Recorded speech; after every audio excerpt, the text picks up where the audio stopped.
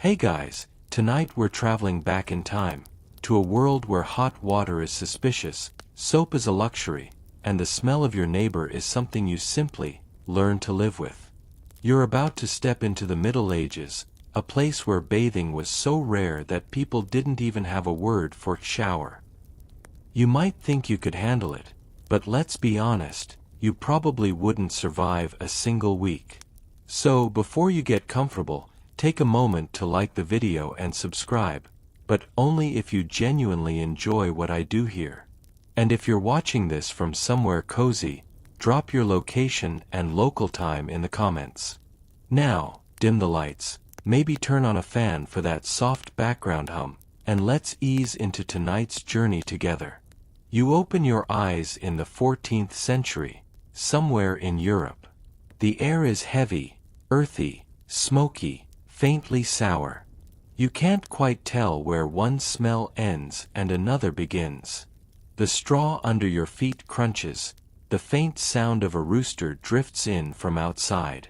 You take a deep breath, instantly regret it, and realize, this is perfectly normal. No one here finds the scent of sweat alarming. It's just life. Bathing, for most people, isn't even part of the vocabulary. You might splash your face in a bucket in the morning, maybe rinse your hands before a meal, but a full body wash? That's a big event. Maybe once or twice a year, if at all. The truth is, you don't really notice the smell anymore. Your nose adapts. Everyone's nose adapts. You smell like everyone else, and everyone else smells like you. Equal parts comfort and chaos. People in the Middle Ages live close to the land. Literally. You sleep near animals, cook over open fires, and walk through streets that double as open sewers. Yet somehow, they don't think of it as dirty. Dirt is part of life. It's not something to scrub away, it's something to live with. When you've spent your day threshing wheat, collecting water, or mending tools, washing up isn't exactly top of the list. Surviving the day is. A popular belief of the time is that your skin is your armor. Medieval physicians warn that bathing opens the pores, making your body vulnerable to illness. Cold air, they claim, can sneak in through those pores and cause fever, plague, or worse. So the less you wash, the safer you are. Imagine that logic. The dirtier you are, the healthier you stay. Historians still argue whether this fear was widespread superstition or a reflection of early medical reasoning. But either way, you'd probably think twice before dunking yourself in a tub. Now, the funny thing is, people did bathe, just not how we imagine. A quick rinse in a stream, a splash in a wooden barrel, a shared soak in the town bathhouse, these were occasional luxuries. But constant bathing? Not a thing. In most places, especially villages, the concept of daily hygiene would sound absurd. The church bells mark the hours, not your skincare routine. You step outside and see a typical street.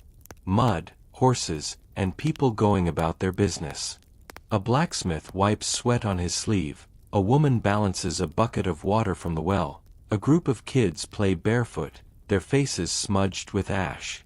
There's a rhythm to it, a lived-in, communal sort of grime. Nobody's disgusted.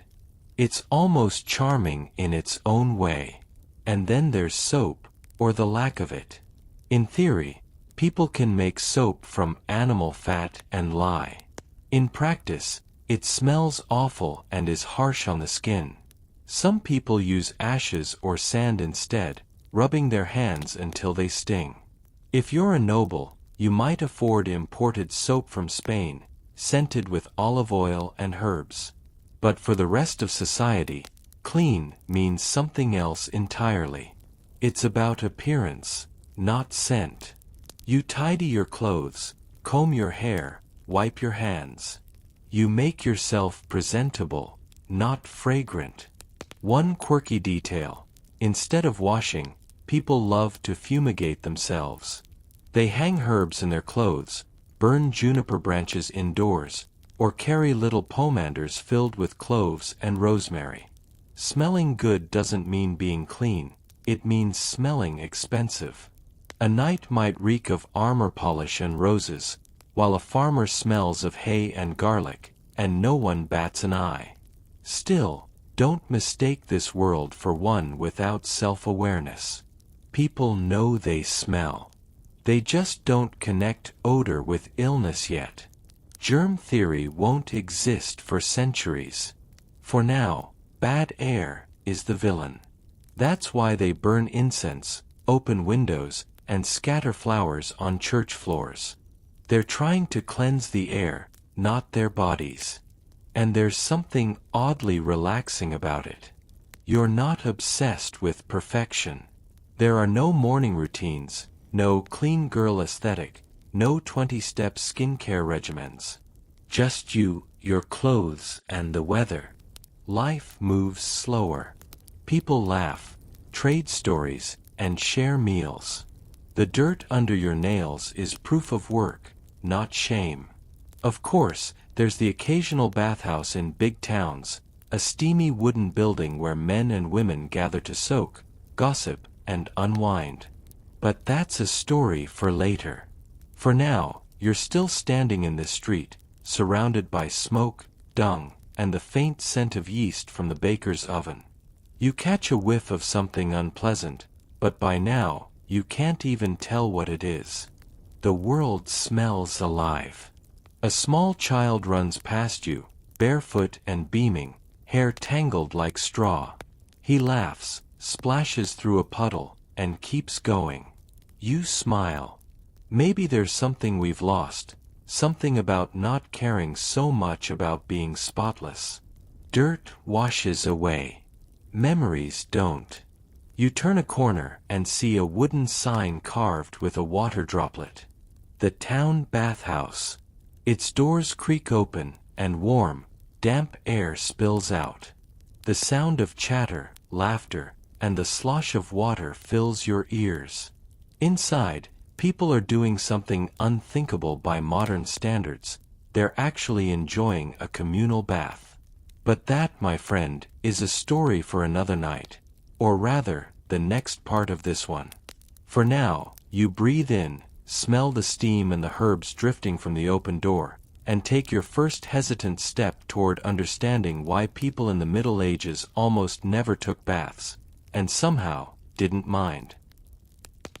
You step closer to the wooden bathhouse door, but before you push it open, someone tugs your sleeve. A weary-looking man in a wool hood shakes his head and mutters, "Careful, stranger. That's how sickness starts." His breath smells faintly of ale and onions, but his warning is sincere. And just like that, you begin to understand, this world isn't just unwashed by accident.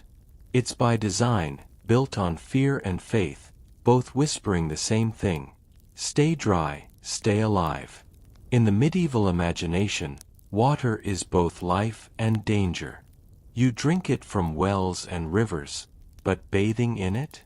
That's another story. Physicians, those proud robe-wearing experts of the age, claim that warm water opens the pores and weakens the humors of the body. They believe your skin is a protective barrier, holding in vital heat. If you bathe too often, they say, the air itself can invade your body through those tiny openings and cause sickness. Historians still argue whether this was sincere medical advice or a convenient excuse to avoid the expense of regular washing. But either way, it worked. People listened. The advice comes from centuries-old Greek and Roman medical theory, humoral balance. Everything in your body, they say, is ruled by 4 fluids: blood, phlegm, black bile, and yellow bile. A healthy person keeps these in harmony. Too much of one, and you fall ill. So what happens if you soak in a steaming tub? According to the medieval doctor, the heat can cause one humor to rise and another to sink, creating dangerous imbalance. You might get fevers, rashes, even madness. And then there's religion. Priests echo the doctors but with a divine twist. Your body is a vessel, sacred yet sinful. Washing it too much, especially with pleasure, is vanity.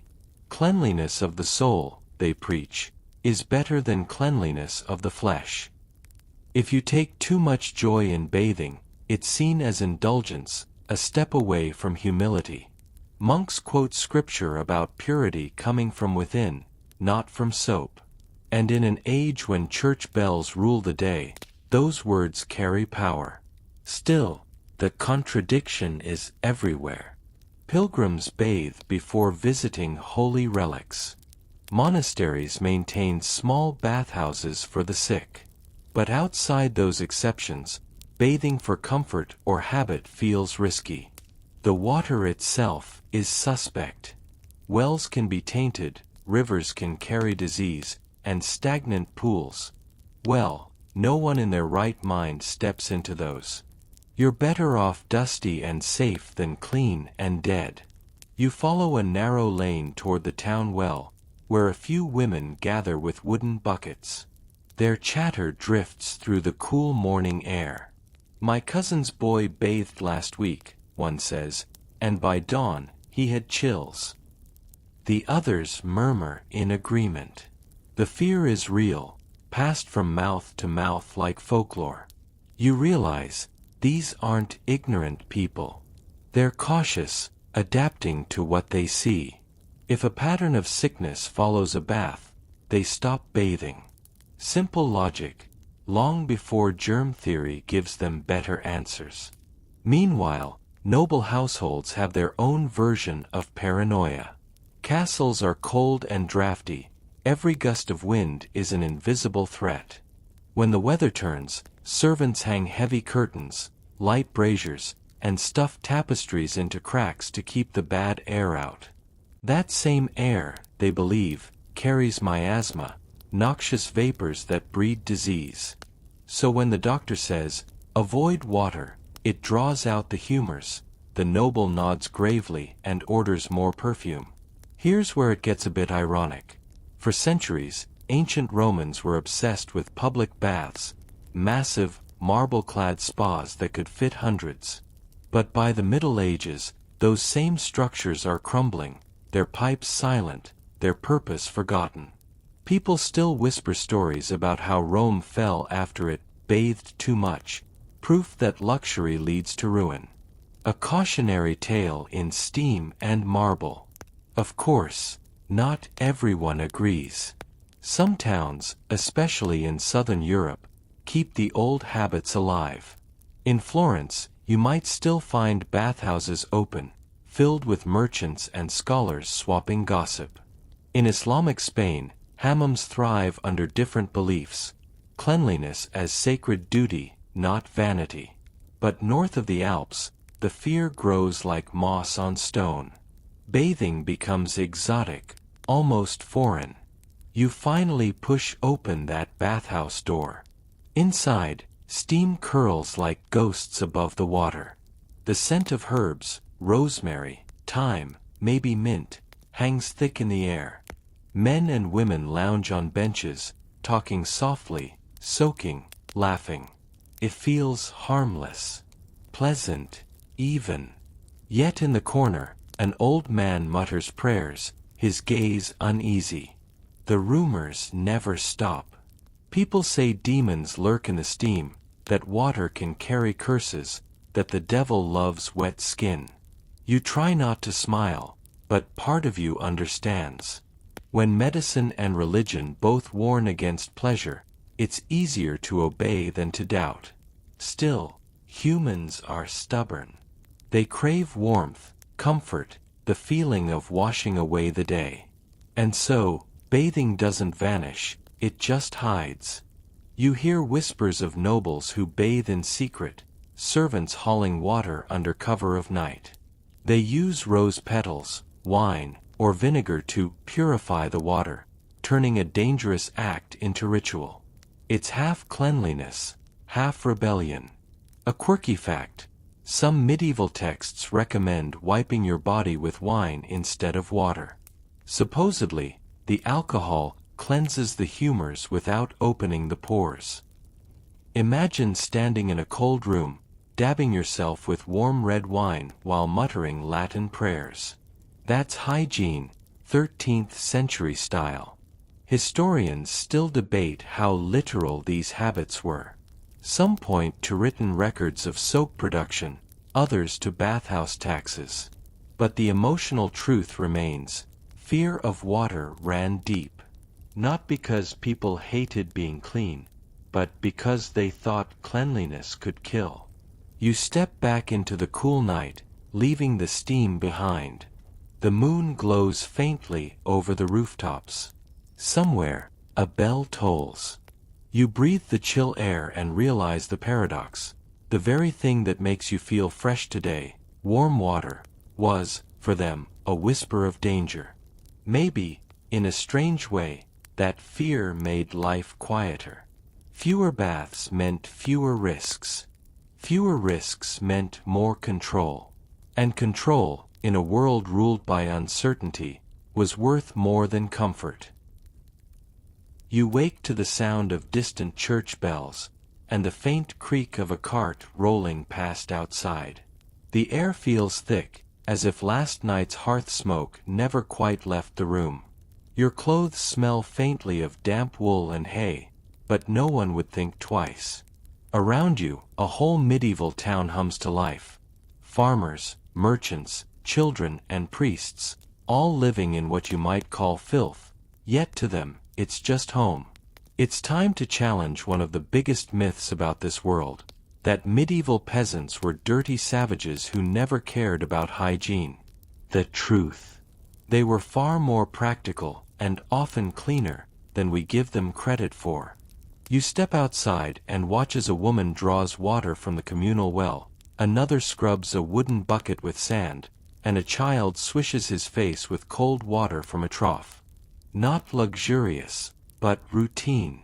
Most peasants couldn't afford soap, true, but they had their tricks. Ash, sand, and even fermented urine were common cleaning agents. Yes, you heard that right. Urine contained ammonia, which helped lift dirt and grease from fabrics. It wasn't glamorous, but it worked. In cities like London or Paris, full barrels of the stuff were collected from taverns and sold to tanners and laundresses. You'd wrinkle your nose. They'd call it business. And while nobles hid behind perfumes, peasants worked with water every day. They hauled it, boiled it, drank it, and yes, used it to rinse off when they could. In rivers or streams, on feast days, after hard labor, or before church festivals. Bathing might not have been daily, but it wasn't unheard of either. Historians still argue whether common folk bathed more often than the rich, and evidence suggests they might have. Nobles feared water. Peasants feared smelling worse than their animals. Let's imagine you're one of them. A farmer, let's say. Your home is a single-room cottage with a thatched roof. You wake at dawn, pull on the same tunic you've worn all week, and head out to tend the animals. By mid-morning, you're covered in sweat and dirt, but that doesn't mean you stay that way. Maybe you rinse your face in the trough. Maybe you wipe your hands with a damp rag. Maybe, on a hot day, you wade into the stream on your way home. You might not call it bathing, but your body knows what it feels like to be refreshed. You spot another villager, a young woman washing clothes in the river.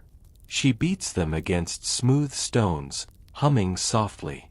The splashes sparkle in the sunlight. It's not just work, it's community.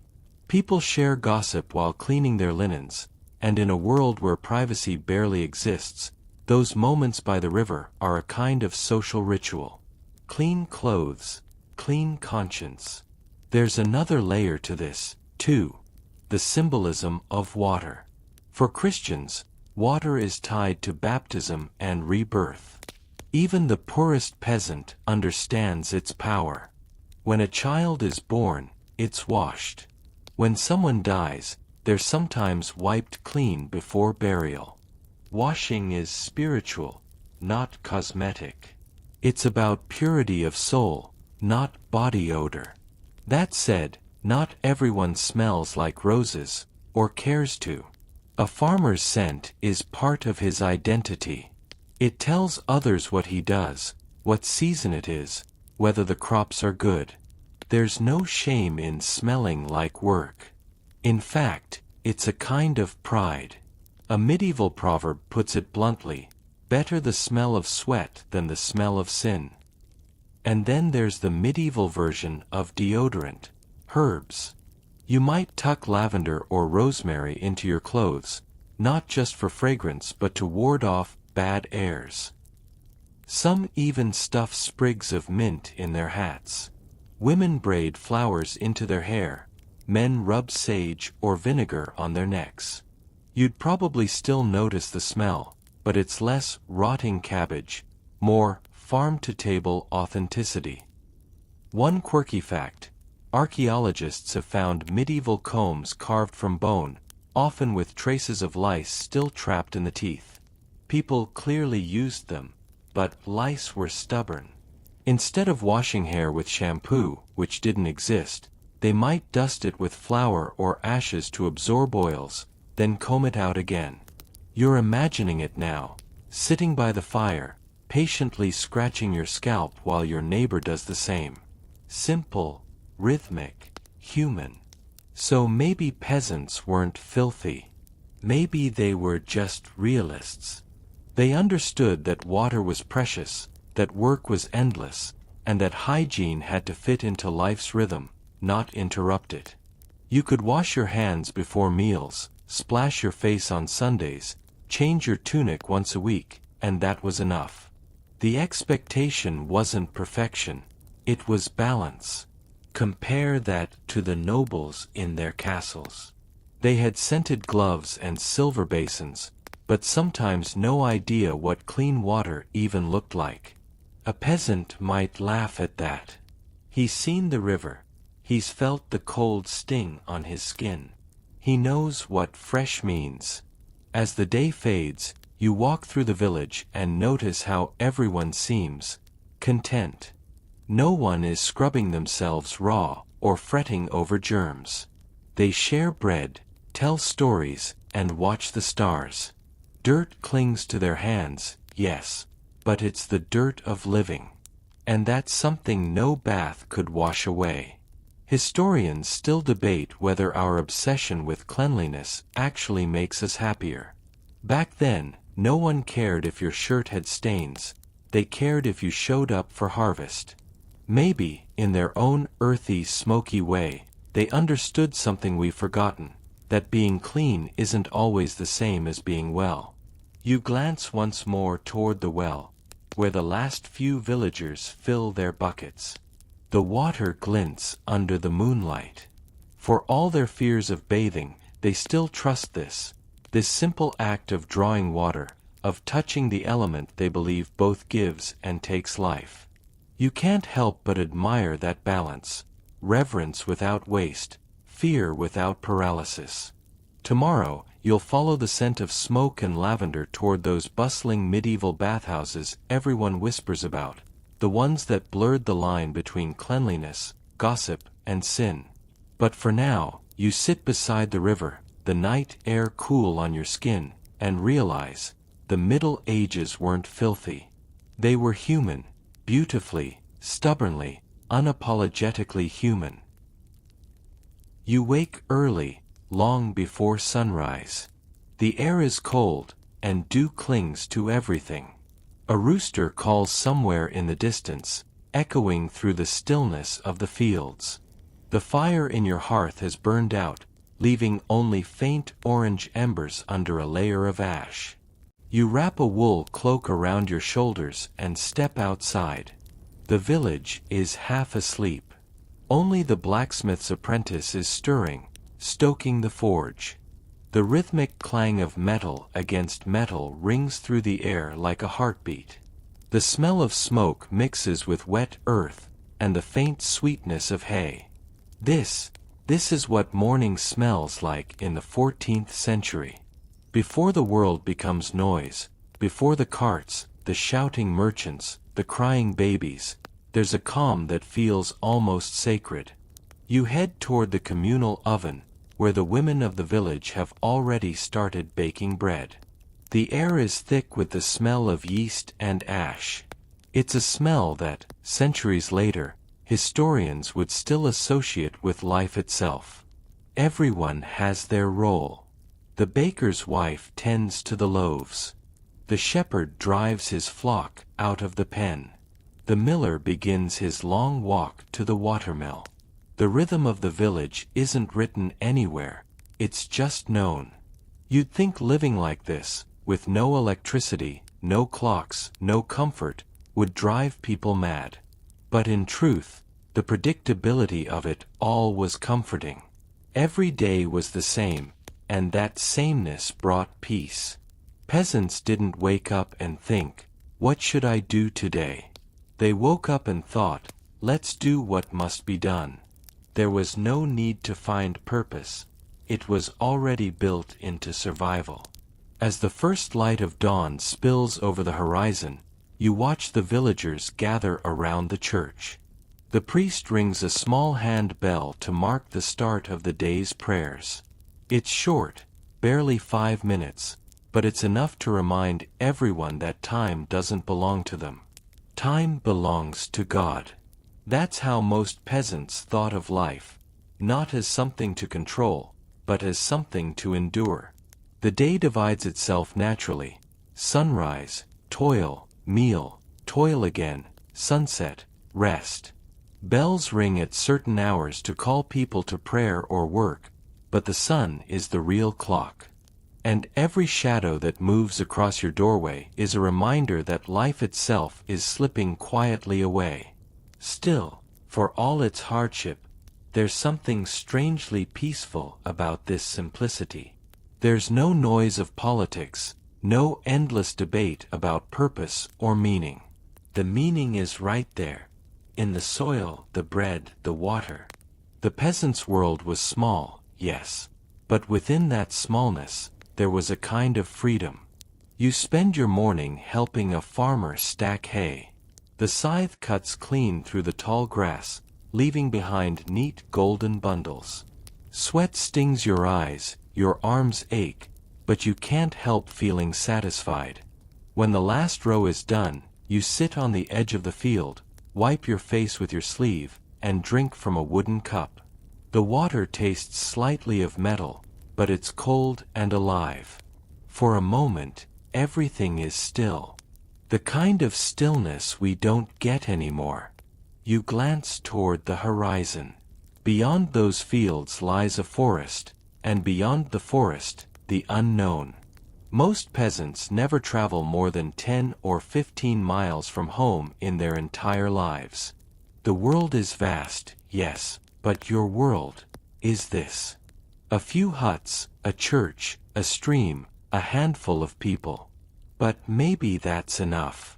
You turn back toward the village as the bell tolls again, this time, calling everyone to the noonday meal.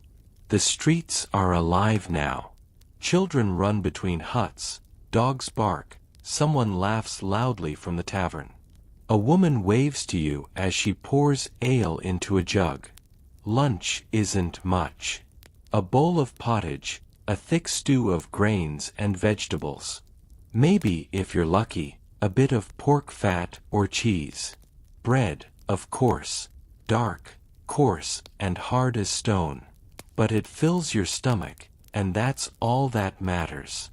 Meals aren't just about eating, they're about pausing, about talking, about hearing gossip, songs, prayers, and stories passed down for generations. One man tells of a knight he met once, who claimed to have seen the Holy Land. Another swears his cousin saw a witch near the forest. No one questions whether it's true. The stories themselves are the glue that holds the village together. By mid-afternoon, work resumes. But this time, the sun feels heavier. You start to notice the flies, the smell of manure, the heat sticking to your clothes. It's exhausting. The kind of exhaustion that doesn't feel temporary. It's woven into the fabric of daily life. Yet, when the sun finally dips below the horizon and the cool breeze returns, something shifts again. The village softens. The same men who toiled all day now sit outside their huts, playing dice or carving bits of wood. Women hum lullabies as they mend clothes. The old men tell stories under the fading light. There's no hurry, no screens, no rush to be anywhere but here. As night falls, the church bell rings once more, the curfew. A signal to douse the fires and go inside. You step back into your cottage. The air smells of smoke and stew. You lay on your straw mattress and listen to the faint sounds of the village. A barking dog, a distant laugh, the whisper of the wind through the thatch. It's not luxury, but it's peace. The kind of peace born not from silence, but from belonging. And as your eyes grow heavy, you realize, maybe the peasants weren't poor in the way we think. Maybe they were rich, in time, in ritual, in the deep, grounding rhythm of life itself. Because while kings chased power and knights sought glory, peasants mastered something far rarer, contentment. The next morning arrives with a faint drizzle that makes the world smell of wet hay and wood smoke. You pull your cloak tighter and start walking toward the village square. A few chickens dart across your path, and a child laughs, chasing one through the mud. It's just another ordinary morning in the Middle Ages, until a whisper starts passing through the crowd. Something is wrong at the bathhouse. At first, you don't understand. How could a place of warmth and soap cause fear? But as you approach, you notice the door is shut, the water in the wooden tubs gone cold. The cheerful chatter that once poured out from the steamy room has vanished. Someone coughs nearby, deep, ragged, and terrible. The Black Death has arrived. It moves silently, like smoke through the air, and suddenly, everyone's afraid of everything. Not just the rats or the water, but each other. Bathhouses, once the heartbeat of social life, become death traps in the public mind. You remember when the bathhouse was the most vibrant place in town. Wooden tubs steaming in the candlelight. Women gossiping behind half-closed curtains. Men boasting about hunts or battles. The mingling scent of soap, herbs, and faint wine. A place where the poorest could feel rich for an hour, soaking in warm water instead of cold dirt. But now, those same rooms are silent. It's strange how fast people can turn on what they love. Just a month ago, the town physician was praising bathing as a way to cleanse the body and soul. Now he's warning that steam opens the pores to evil vapors. Historians still argue whether the closure of Europe's bathhouses was truly because of disease, or if the plague just accelerated a change already brewing. But you don't have time for theories. You're too busy watching fear reshape daily life. The butcher refuses to share his knives. The baker won't take coins directly into his hands. Priests start preaching that the plague is punishment from God, and that washing too often might be vanity, even sin. And for the first time in memory, people stop touching. No more friendly embraces at the tavern. No more communal tubs. No more laughter spilling out from steamy rooms at night. The warmth is gone, and with it, something deeper, a kind of intimacy that used to connect people. Days pass, and the air itself feels different. Streets that once smelled of bread and smoke now reek of vinegar and burned herbs. You walk by a woman sprinkling rosemary in her doorway, muttering a prayer under her breath. Keep away the miasma, she says when she sees you looking. The bad air kills. She's not entirely wrong. Medieval people didn't understand germs, but they did understand that sickness lingered where the air was foul. So they fought stench with stronger stench, juniper smoke, onions, or the worst offender of all, tar. At night, the town glows with the flicker of incense burners. Even the rich are terrified. Nobles flee to their country estates, abandoning the city. Bath attendants lose their jobs. Soap makers stop working. And in that vacuum of cleanliness, filth slowly becomes normal. You walk past what used to be a bathhouse, now boarded up. Someone scrawled, "Beware the steam," on the door in charcoal. Feels absurd, yet somehow believable. Fear makes everything sound logical when the world's falling apart. In the years that follow, those old public baths will never return to what they were. They'll be replaced by superstition, by moral judgment, by the slow erosion of comfort. Washing will become a private, suspicious act, one you only do when absolutely necessary. And ironically, it's the nobility who lead that shift.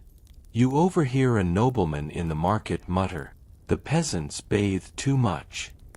As if that's the reason sickness spreads. As if hygiene is a sign of weakness. It's not just about health anymore, it's about class. The poor can't afford perfume or servants to wash their linens, so they use water. The rich, deciding they must do the opposite, start to avoid water altogether. Soon, the very idea of bathing carries a new meaning. Poverty, desperation, or even sin. There's a strange kind of comfort in the hypocrisy. You might be coughing and reeking, but at least you're virtuous. The priest's sermons start to echo that sentiment. "Clean souls, not clean skin," he says from the pulpit, while the congregation nods. He speaks of purity through prayer, not soap. Of holiness found in abstaining from worldly pleasures like warm baths. Of course, you can't help thinking, maybe he just hates being cold. The irony, though, is that people still crave that heat, that touch, that ritual of soaking and scrubbing. So they find secret ways to do it. A few still sneak into abandoned bathhouses at night. Others heat small buckets of water behind closed doors, pretending to wash clothes. It's a kind of rebellion, quiet, personal, and desperately human. By the time the plague finally fades, the habit is gone. What used to be ordinary now feels risky. The empty bathhouses rot away, and in their place rise chapels, storerooms, or even prisons. The public act of bathing dies, replaced by a new obsession, avoiding contamination at all costs. You stand outside the ruins of one old bathhouse, running your fingers across the scorched wood.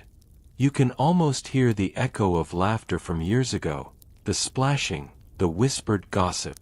Now, only the wind moves through it. Strange, isn't it? How a little fear can change the course of centuries. Later historians will say that the Black Death didn't just kill millions, it killed trust. Trust in bodies, in touch, in water itself. You start walking home as the drizzle turns to proper rain. Droplets streak your face and neck.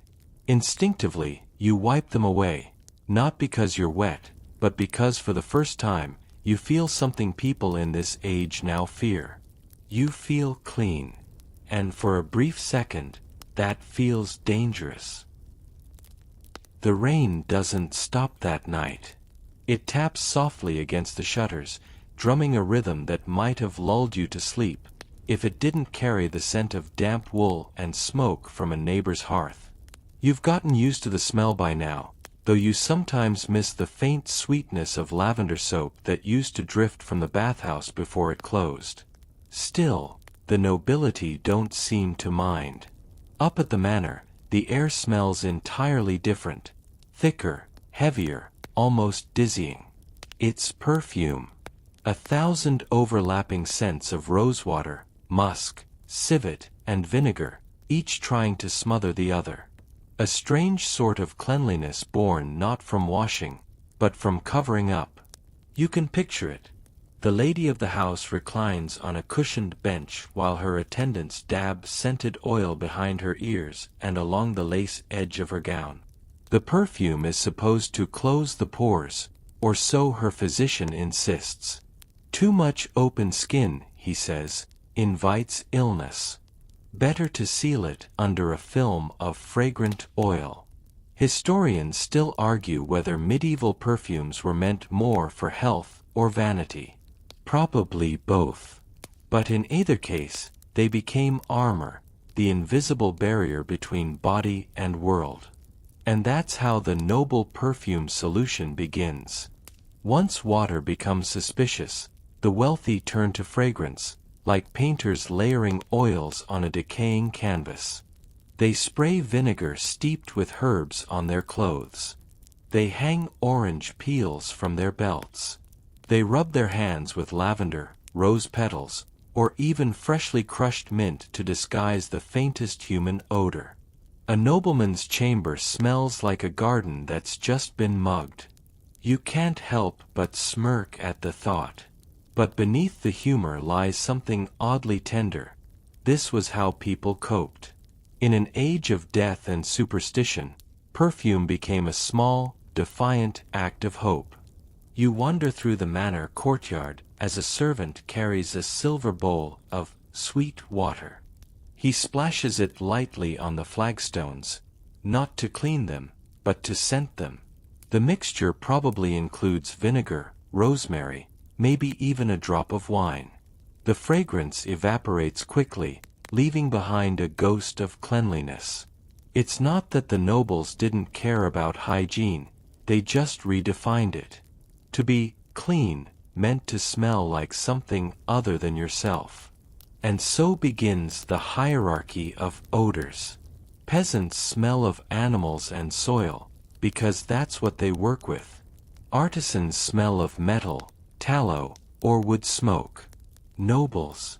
They smell of foreign spices, ambergris from Wales, musk from deer, sandalwood from the east. The rarer the scent, the higher your status. Imagine someone walking past you trailing a whiff of cinnamon. That's not dessert, it's diplomacy. It says, I can afford the impossible. And oh, the irony. The stronger the perfume, the filthier the person underneath usually was. At the royal court, perfume isn't just a luxury, it's a survival tactic. A French physician once claimed that inhaling pleasant aromas fortifies the brain against pestilence. Another swore that carrying a pomander, a small metal ball filled with herbs, could repel deadly miasmas. So courtiers begin wearing them everywhere, dangling from belts or neck chains. They rattle faintly when they walk. You can almost hear the symphony of trinkets jingling down the corridor, a procession of walking spice racks. Even letters come perfumed now. A nobleman might dab rose oil on his correspondence, so the parchment smells like him when opened. Romantic, perhaps. But it's also practical, because the scent helps mask the mustiness of the paper, which was often made from old rags. And let's not forget the vinegar obsession. Nobles kept bowls of it around their rooms to purify the air. Some even soaked their handkerchiefs in it before going outdoors, holding them to their faces like proto-face masks. They called it Four Thieves Vinegar, supposedly invented by plague robbers who never got sick because of its power. Historians still debate whether that story was real or a medieval marketing scheme. Either way, people believed. The strange thing is, this perfumed world becomes normal. You no longer notice the lack of baths, only the presence of fragrance. When you walk through a castle corridor, your senses blur: rose, musk, clove, sweat, all dancing together until they become one sleepy fog. There's humor in it, too. Picture a feast hall packed with nobles wearing 10 different scents, each one trying to outdo the next. Someone sneezes. Another sneezes back.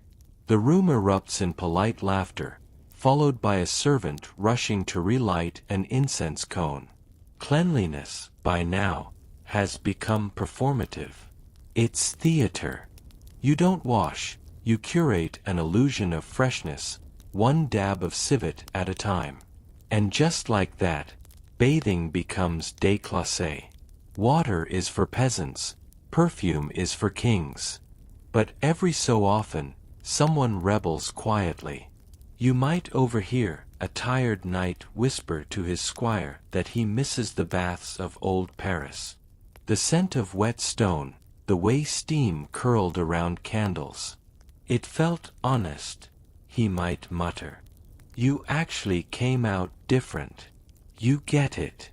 There's only so much fragrance you can pile onto a body before you start to smell like desperation. Still, you can't deny the luxury.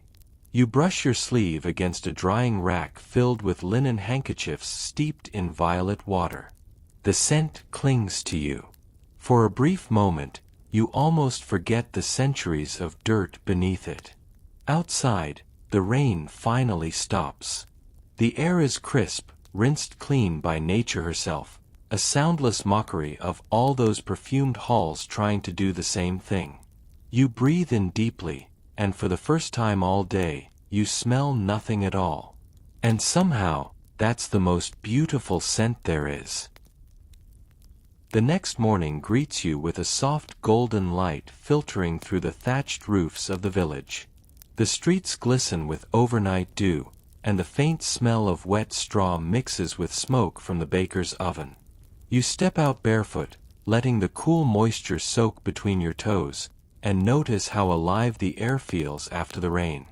You follow the faint sound of laughter and splashing to a small stream just beyond the village edge.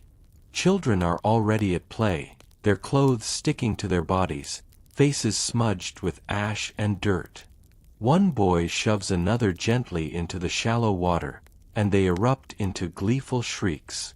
You watch, and despite the smell and mess, you can't help but smile. This is the paradox of medieval life. Hygiene might be rare, baths even rarer, yet there's a kind of innocence in how people interact with water. You don't see the fear or the superstition here. Water is fun, communal, and, somewhat ironically, therapeutic.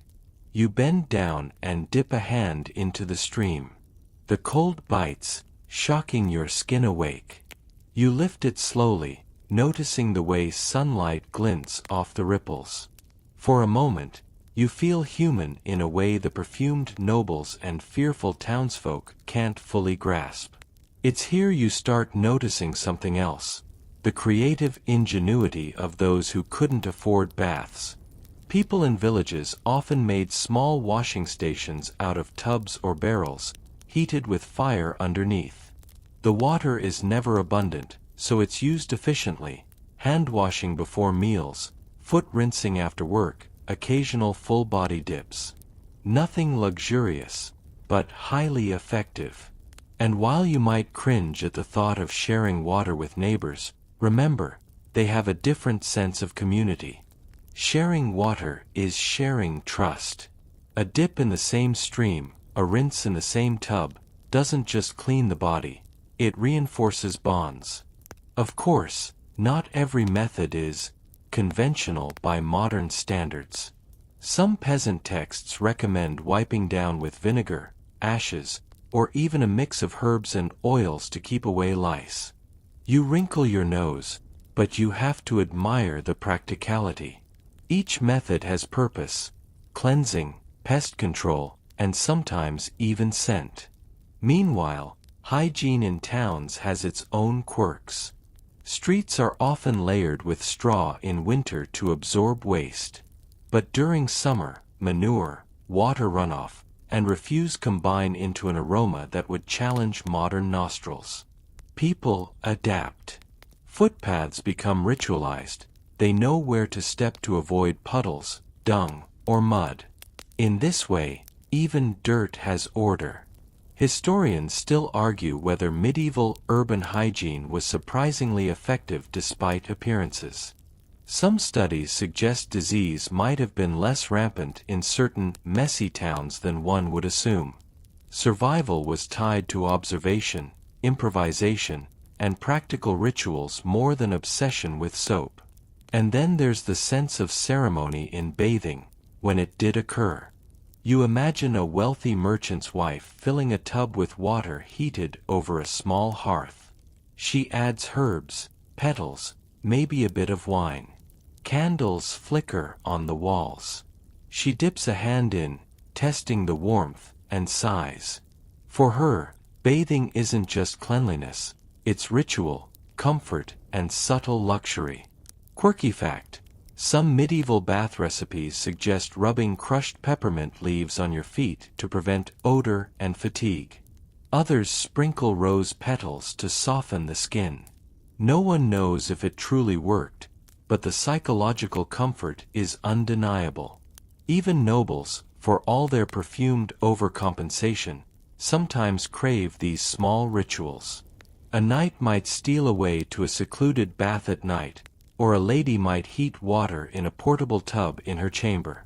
These secret acts reveal a common truth: everyone, regardless of class, seeks moments of refreshment. And yet, the rituals remain infrequent. Water is precious. Fuel is scarce. Time is demanded by labor, prayer, and survival. Full body washing is a rare indulgence, not a routine. The rarity makes it special. When it happens, it's remembered, shared, and whispered about. By mid-afternoon, you leave the stream, feeling damp but refreshed. You watch the children run home, clothes sticking, hair tangled. Their laughter echoes in the valley. The stream glistens behind you, carrying away the evidence of the day. And as you trudge back toward the village, you reflect on something profound. Hygiene in the Middle Ages wasn't about obsession. It was about rhythm, resourcefulness, and an intimate understanding of the body's place in a communal world. You might not smell like lavender or rosewater, but you feel alive, grounded, human. And for tonight, that's enough. Evening falls, casting long shadows across the village.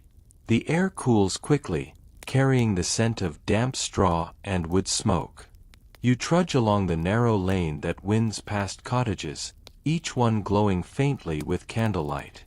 The streets are quieter now, work is done, and the villagers retreat indoors to rest, repair tools, or mend clothes. You pause near the town well, observing the careful ritual of water collection. A woman dips a bucket slowly, testing the temperature, murmuring a small prayer before lifting it. Every drop is precious, every movement measured. In a world where water is limited, the act itself carries significance. Bathing, for most, is no longer a question of indulgence, it's a question of necessity.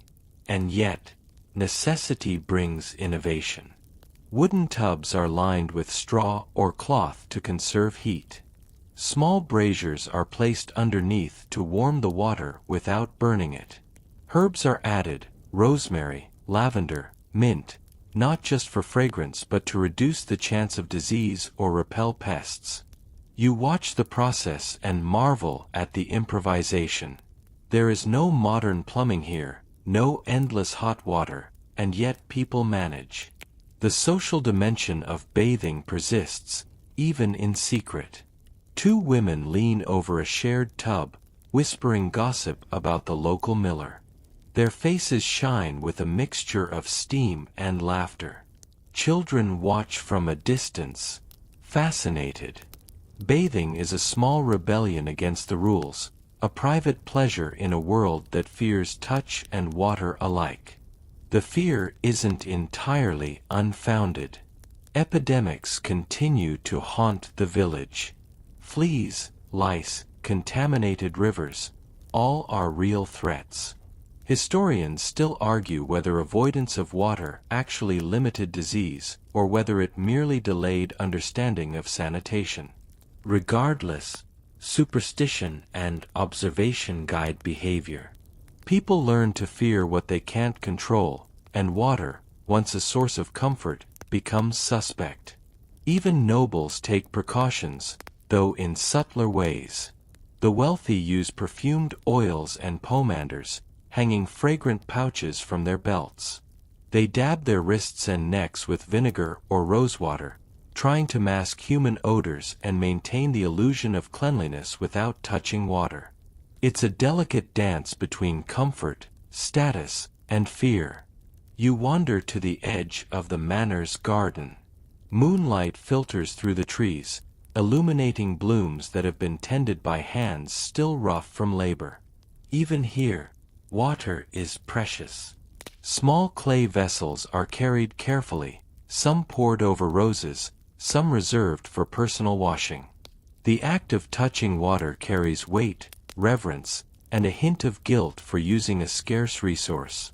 Quirky fact: some medieval texts suggest rubbing the body with wine or vinegar to purify the skin when bathing is impossible. Imagine standing in a cold stone chamber, dabbing yourself with wine while a servant fans the air to keep it warm. It's strange, but also strangely logical within the period's medical reasoning. You notice the interplay of utility and ritual everywhere. Washing hands before meals, cleaning a child's face after work, pouring water over feet after a long day. These are small acts of hygiene, mini rituals that anchor daily life. Bathing may be rare, but water remains central. As the night deepens, the village quiets further. Cats prowl silently between cottages. A distant dog barks, then stops. Inside your cottage, the scent of dried herbs hangs faintly in the air. You reflect on the paradox. People feared water because it was dangerous, yet they craved it because it was life-affirming. And so, hygiene in the Middle Ages becomes a series of compromises. Risk versus reward. Fear versus relief. Necessity versus pleasure. Every splash of water, every fragrant oil, every herbal rinse carries meaning beyond cleanliness.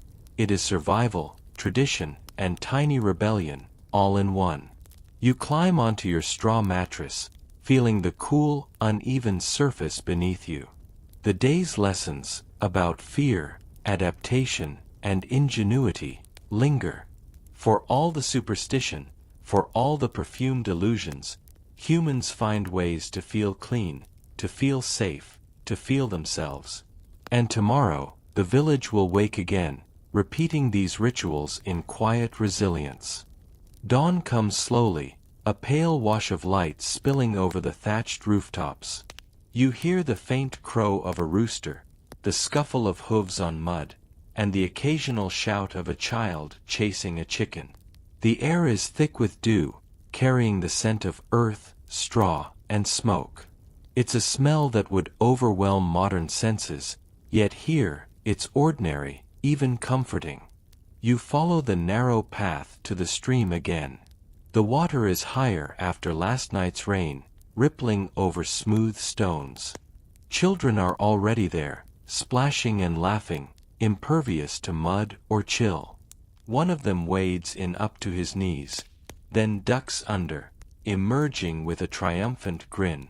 The world feels simple here, a universe distilled to its essentials: work, water, food, and play. And yet, even simplicity carries nuance. Peasants may bathe rarely, but they are acutely aware of smell, both their own and others. You notice the woman at the riverbank, beating laundry on a flat stone. She dips her hands into the cold water, wrings out the linen, and rubs it with ash. The fabric hisses slightly in the contact, and she doesn't flinch. Small rituals like this define hygiene for most people. They are efficient, practical, and, in their way, deeply intimate. Historians still argue whether these practices were more effective than modern cleaning methods. Evidence suggests that strategic rinsing and scrubbing, combined with natural antibacterial agents like vinegar and herbs, may have reduced certain infections. It's not glamour, it's survival, and the techniques show ingenuity born from necessity. Across the stream, a man carries a small bucket of water to his cabin. You watch him tilt it carefully, pouring the contents over his feet before stepping inside. No soap, no elaborate ritual, just water, movement, relief. In a world without plumbing, this is luxury enough. Curiously, some villagers take it further. They collect rainwater for washing hair, steep herbs in boiling water to disinfect clothing, or fill small basins with hot water to soak sore muscles after a long day. The act of bathing becomes a mindful ritual, blending practicality with the rare indulgence of comfort. Meanwhile, the urban context is different. Streets are muddied with waste and refuse, rivers are often contaminated, and public bathhouses, once vibrant centers of communal life, remain scarce after plagues and moral decrees. Nobility, meanwhile, continues to lean on perfume and scent, avoiding water where possible. They carry pomanders, dab oils on hands and necks, and live in fragrant chambers. The contrast is striking. Water, freely used in villages for work and small refreshment, becomes both scarce and symbolic in towns and courts. Peasants develop a tactile, functional relationship with hygiene. Nobles develop a performative one. Yet both are bound by the same limitations: scarcity, superstition, and societal expectation. One quirky detail: some medieval physicians suggested rubbing vinegar-soaked sponges on the skin to cleanse the humors and prevent disease. It might sting, it might smell odd, but it reflects the creative, empirical spirit of the time. People adapted to circumstances, improvising methods for cleanliness when baths were impossible or forbidden. You glance at the children again, now carrying bundles of firewood back home. Their feet are muddy, clothes damp, hair tangled. Still, they exude energy, vitality, and a kind of natural resilience that modern hygiene obsession often obscures. And as you trudge back to the village, noticing the smell of wood smoke and wet hay, you understand a truth the Middle Ages held dear. Cleanliness isn't only a ritual, it's intertwined with life itself. You might not bathe daily, but you respect water, your body, and the rhythms that sustain you. By midday, chores resume. You assist with carrying pails, stacking wood, and tending animals. Each act involves touch, sweat, and contact with the natural world. Bathing may be infrequent, but small rituals, rinsing hands, washing faces, swabbing cuts, serve as quiet affirmations of care, survival, and ingenuity. Evenings are for reflection. You notice how people gather near fires, discussing the day's work, sharing tips on washing clothes or tending hair, swapping stories of herbs or methods that make life easier. Hygiene is never absent, it's embedded in daily life, subtle and constant. And as night falls, you lie on your straw mattress once more, breathing in the mingled scents of hearth and herbs, understanding that in this rhythm of work, water, and ritual, medieval people found a balance that modern obsession with cleanliness often overlooks. The next morning, a dense fog drifts over the village, curling around the cottages and the church like a soft gray blanket. You trudge through the mist, feeling droplets cling to your cloak and dampen your hair. The world is hushed, save for the occasional crow or distant clatter from the blacksmith's forge. Everything feels slowed down, almost suspended. You pass the remains of the old bathhouse, now boarded and quiet. Its empty tubs are silent witnesses to a past where steam, laughter, and the scent of herbs once dominated. You pause, imagining the noise of conversation, the sloshing of water, the shared ritual of washing side by side. For a moment, the absence feels heavier than the fog itself. Life without bathing has created layers upon layers of alternative hygiene practices. You notice a woman grinding herbs outside her hut. She mixes lavender, rue, and rosemary into a paste, which she will rub on her skin or sprinkle in her bedding. It's not the same as soaking in a warm tub, but it carries its own logic and soothing qualities. Meanwhile, a man tends to his goat, wiping its coat with a cloth dipped in vinegar water to remove dirt and deter lice. The goat shakes its head, sending droplets into the air, and he laughs, wiping his hands afterward. In this, you sense the ingenuity that permeates everyday medieval life. When bathing is rare or impractical, clever solutions emerge. Historians still argue whether these alternative hygiene practices actually improved health or were largely symbolic. Perhaps it was both. The act of cleaning, regardless of method, creates a sense of control over a world where illness, superstition, and scarcity dominate. You notice children running through puddles, squealing with delight. Mud sticks to their legs and faces, but they seem oblivious. Curiously, exposure to water and dirt seems less threatening than adults make it. Perhaps this is why medieval parents tolerated a certain messiness in their children. They understood that play, laughter, and interaction with the natural world were essential for growth and resilience. Back in the village square, you see a line of villagers queuing for water from the central well. They carry buckets, wooden pails, or small clay jars. Each person is meticulous in how they dip, pour, and conserve. Water is both vital and precious. Every drop counts. The communal act of drawing water reinforces social bonds. In an age without frequent bathing, these small, shared acts become a cornerstone of cleanliness and daily life. Curious tidbit: some towns encouraged weekly or monthly water days, where residents were invited to pour water over themselves in designated areas. Subtle, socially sanctioned opportunities to wash without drawing moral suspicion. Imagine a mix of ceremony, practicality, and necessity all rolled into one fleeting communal event. The church bell rings in the distance, calling the devout to prayer. Even in hygiene practices, morality and ritual are intertwined. Washing hands before meals, rinsing faces in the stream, sprinkling herbs in the home, each act carries spiritual undertones as well as practical purpose. By midday, the sun burns through the fog, warming the damp earth.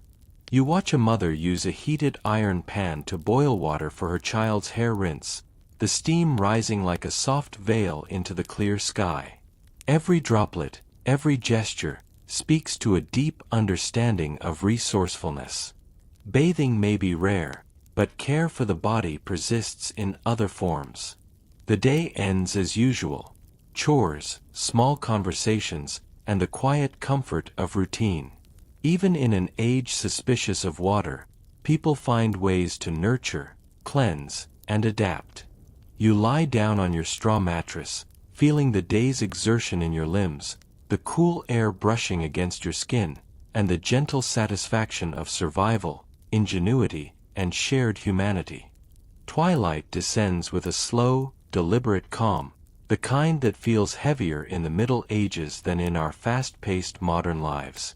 You walk along the edge of the village, boots sinking slightly in mud softened by the day's rain. Smoke curls from chimneys, carrying the scent of roasting meat, herbs, and faintly, the ever-present undertone of unwashed earth. It's a layered perfume of survival. You pause at a small enclosure where a few women are washing clothes in a trough of water, scrubbing and beating the linen against stones. One hums a soft tune, letting the rhythm guide her motions. The beat of the laundry is hypnotic, and for a moment, you forget the lack of baths entirely. Hygiene is a mosaic of small rituals, not grand indulgences. You remember what the town priest said yesterday: clean souls, not clean skin. And yet, even he performs tiny acts of care, rinsing hands before handling the Holy Sacrament, using perfumed water when meeting visitors. It's a delicate dance between superstition, fear, and the human desire to feel refreshed. A quirky detail emerges. Some villagers sprinkle lavender, rosemary, or even crushed mint into their washing water, not only for scent but also as rudimentary antiseptics.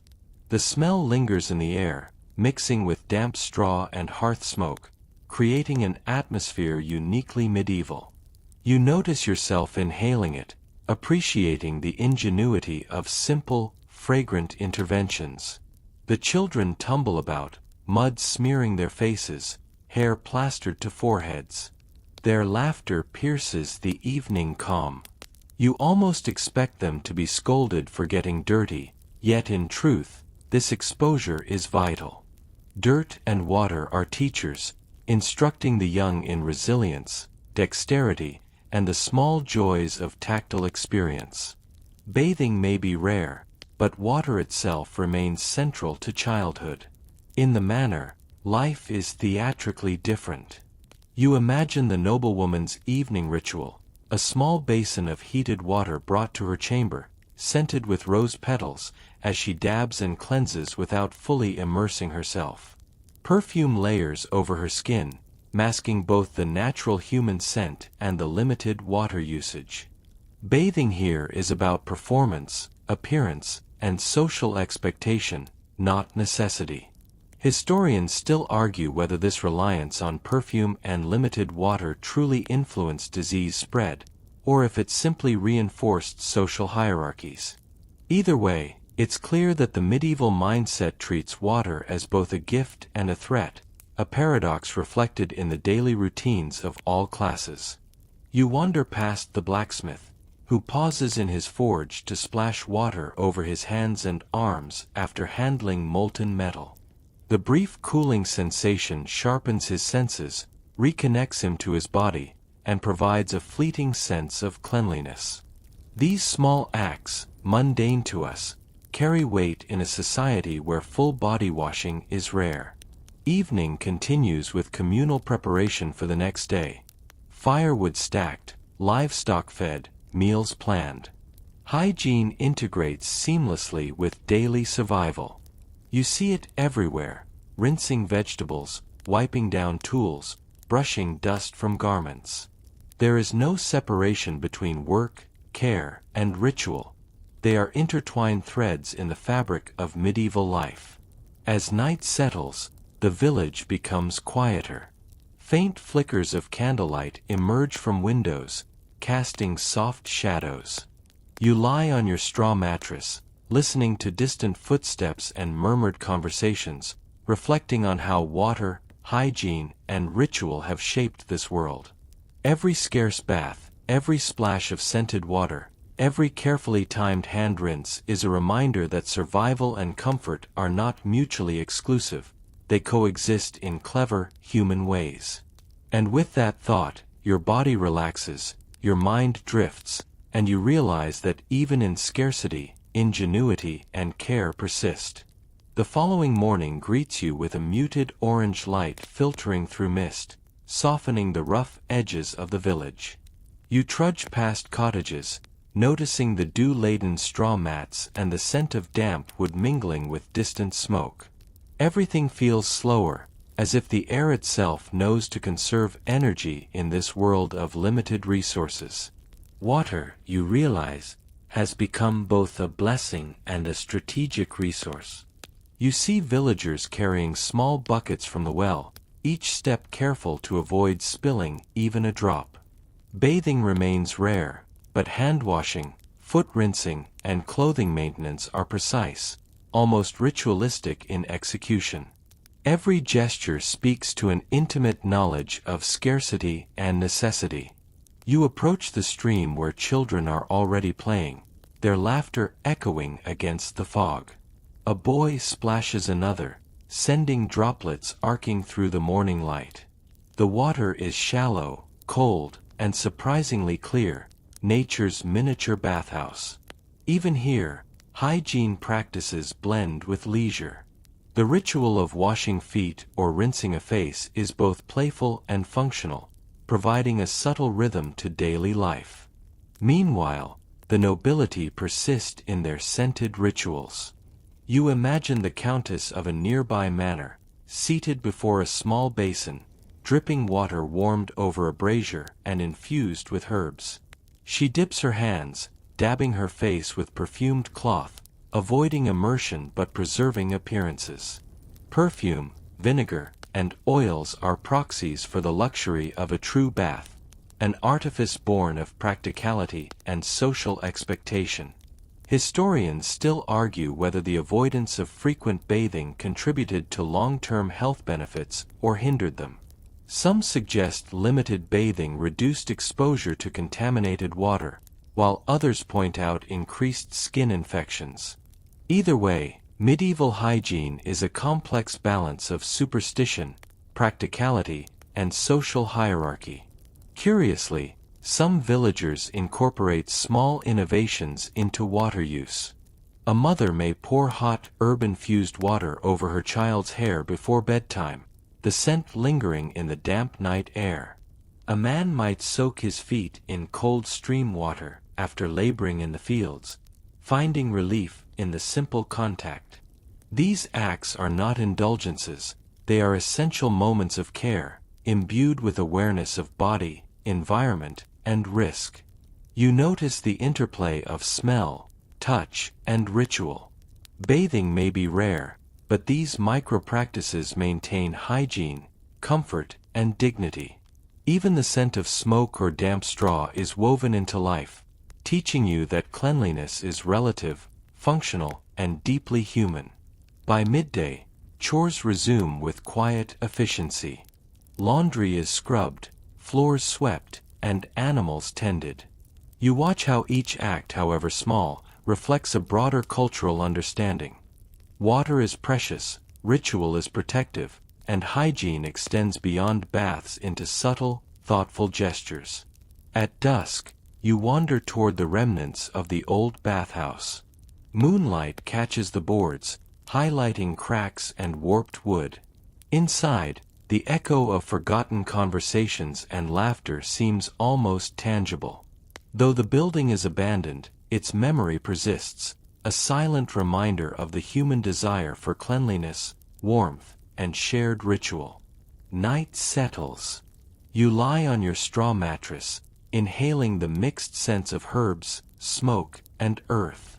Your mind drifts across the patterns of life, water, and ritual, appreciating how medieval people, with limited resources and constant fear, found ways to care for themselves. Their ingenuity, restraint, and subtle acts of hygiene endure as lessons across centuries. The morning begins with a muted chorus of roosters and the rustle of straw as villagers stir awake. Mist clings to the fields, softening the sharp outlines of cottages and fences. You step onto the damp path, boots sinking slightly into mud, and take a deep breath of the layered scents, earth, wood smoke, and faint herbs, that define the air of this slow, tactile world. You approach a communal washing area where water from a diverted stream fills a series of shallow basins. Women kneel beside the tubs, scrubbing clothes on flat stones. The rhythm of their work, scrub, dip, rinse, wring, forms a hypnotic cadence, almost musical in its repetition. Small children dabble at the edges, their laughter punctuating the steady murmur of chores. Water, you notice, is central to life even if bathing itself is rare. Hand washing before meals, rinsing faces, and foot washing after laboring in the fields are all integrated into daily routines. Each act is deliberate, almost ritualistic, reflecting a nuanced understanding of hygiene within scarcity. Even without full baths, villagers maintain a pragmatic cleanliness, balancing survival with personal care. Meanwhile, the nobility continues its elaborate dance of scent and limited washing. You imagine a nobleman dabbing rosewater behind his ears, another tilting a basin of warmed water over his hands while a servant fans the air to keep steam rising. Perfume and oils mask natural odors, substituting immersion with ritual and artistry. It's less about bathing than creating the illusion of freshness, a performative hygiene designed to signal status while avoiding scarce resources. Curious tidbit: some medieval physicians recommended alternating warm and cold water for circulation, often using buckets in the absence of baths. While limited and sporadic, these practices reveal an intuitive grasp of health, long before modern physiology could explain it. Historians still argue how effective these measures truly were, but they show an inventive approach to personal care. You walk past a farmer kneeling by a small stream, washing vegetables and rinsing his hands. The water glistens in the morning sun, each droplet carrying away grime and fatigue. Even these mundane acts carry a meditative quality, a rhythm that integrates hygiene into survival seamlessly. The day progresses, chores intertwining with hygiene practices. Laundry, food preparation, and tending animals all include subtle cleansing acts. Spilled water is collected, ash is used for scrubbing, and herbs are sprinkled for scent and protection. Even minor interactions, touching a neighbor's shoulder, handing over a bucket, require mindfulness to maintain both social and physical cleanliness. Historians still debate whether medieval urban hygiene was surprisingly sophisticated or perilously limited. Perhaps both are true. Ingenuity balanced scarcity, ritual compensated for fear, and subtle social norms regulated communal cleanliness. As night approaches, you stand at the edge of the village, watching children run through puddles, women finish laundry, and men return from the fields. The world smells of damp straw, herbs, and smoke, a composite aroma that defines everyday life. Even without full bathing, the villagers manage a form of cleanliness, structured around routine, observation, and ingenuity. You lie down on your straw mattress, reflecting on the interplay of water, ritual, and daily life. Bathing may be rare, but the medieval people's practices reveal a deep understanding of hygiene, resourcefulness, and human adaptability. Night falls slowly, the sky darkening in gradients from deep navy to black, punctuated by stars whose light feels brighter in the absence of city pollution. You trudge down a muddy path toward the stream, the cool air brushing your skin and carrying the scent of wet earth and smoke. It's quiet except for distant animal calls and the occasional creak of a gate swinging in the wind. The stream is still, reflecting the moonlight like a silver ribbon. Children long asleep, you are alone, listening to the gentle lapping of water against stones. You dip a hand in, savoring the chill that shocks yet refreshes. Bathing is rare here, but the stream serves as a quiet, almost meditative connection to the elements. Even without full immersion, water is life, rhythm, and ritual. Villagers have long developed practical hygiene routines around scarcity. Hands are washed before meals, clothes are rinsed carefully, and herbs or ashes are used to maintain cleanliness in lieu of frequent baths. You notice a man wiping his face with a vinegar-soaked cloth, a small gesture that provides a sense of order and refreshment amid the dirt and toil.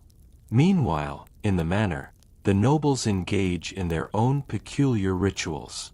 The countess uses perfumed oils on her hands and neck, the air thick with lavender and rose.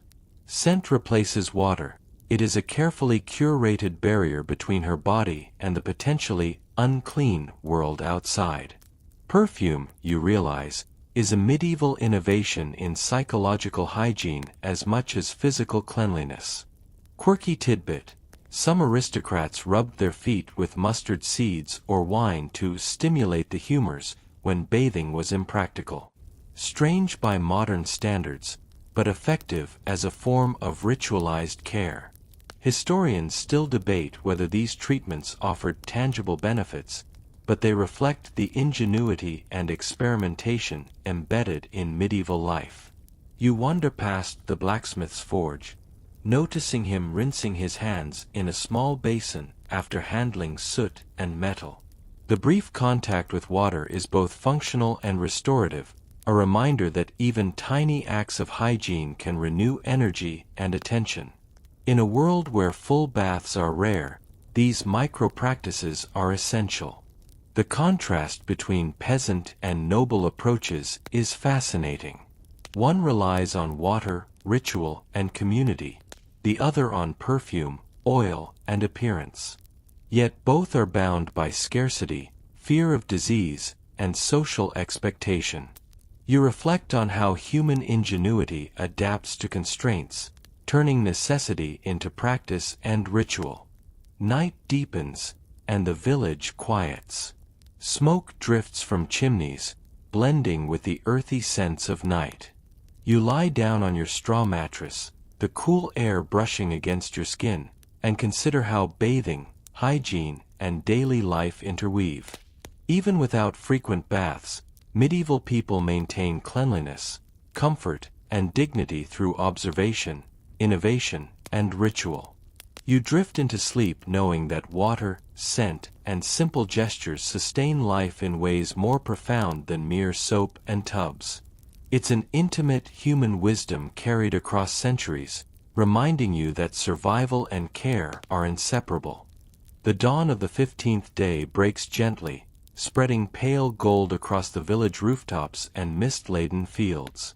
You step onto the muddy path, boots squelching softly, inhaling the layered scents of wet straw, smoke, and the faint perfume of herbs that linger from the previous day's small rituals. The world feels slower, calmer, and alive in a rhythm that you begin to understand. Water, you realize once more, is both a blessing and a currency.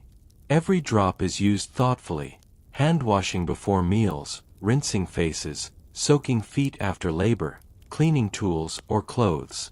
Bathing remains rare, yet small gestures accumulate into a delicate balance between hygiene, survival, and community life. Observing it, you recognize how mindfulness and ingenuity intertwine. Children splash in the stream, carefree and oblivious to social rules. Mud clings to their legs, hair plastered to foreheads, laughter bouncing across the water. Their interaction with water is tactile, playful, and practical all at once, a reminder that hygiene is not merely routine, but part of living. You dip a hand in, savoring the sharp coolness against your skin, marveling at the way these simple experiences anchor human life. In the manner, nobles continue their complex rituals. Perfume, scented oils, and pomanders form an invisible barrier against odors and social judgment. Hands and faces are dabbed, necks fragranced, and steam from heated basins curls faintly into the air.